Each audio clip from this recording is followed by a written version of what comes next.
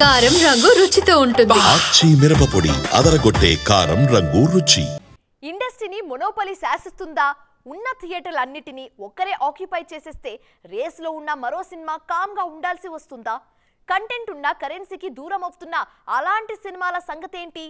వాటితో కూలీకున్న లింక్ ఏంటి? ఎక్స్క్లూజివ్గా మాట్లాడుకుందాం పదండి. మన కెప్టెన్లు సినిమాలు చేసినా నార్త్ హీరోలతో సినిమాలు చేస్తేనే థియేటర్లు దొరుకుతాయా? మన హీరోలు సినిమాలు చేసినా నార్త్ కెప్టెన్లతోనూ నార్త్ ప్రొడక్షన్ హౌస్లతోనూ మూవీస్ చేస్తేనే అక్కడ థియేటర్లు అందుబాటులో ఉంటాయా? పూర్తిగా మనకు మనం అక్కడకు వెళ్లి పాగా వేస్తామంటే కుదరదా? పుష్ప 2 భాగాలకు మినహా మిగిలిన సినిమాల విషయంలో అక్కడ ఫ్లెక్సిబిలిటీ ఉండటం లేదా?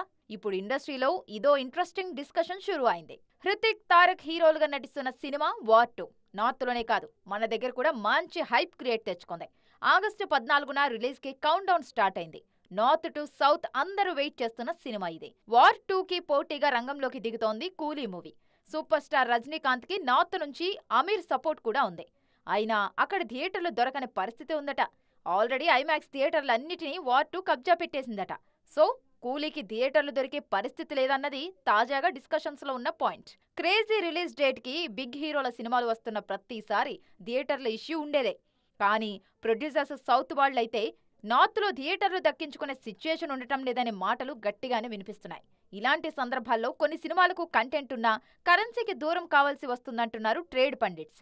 రిలీజ్ డేట్ దగ్గర పడే కొద్దీ వార్ 2 వర్సెస్ కూలీ థియేటర్ల ఇష్యూ సాల్వ్ అవుతుందా, లేకుంటే కూలీకి కష్టాలు తప్పవా? Let's wait and see.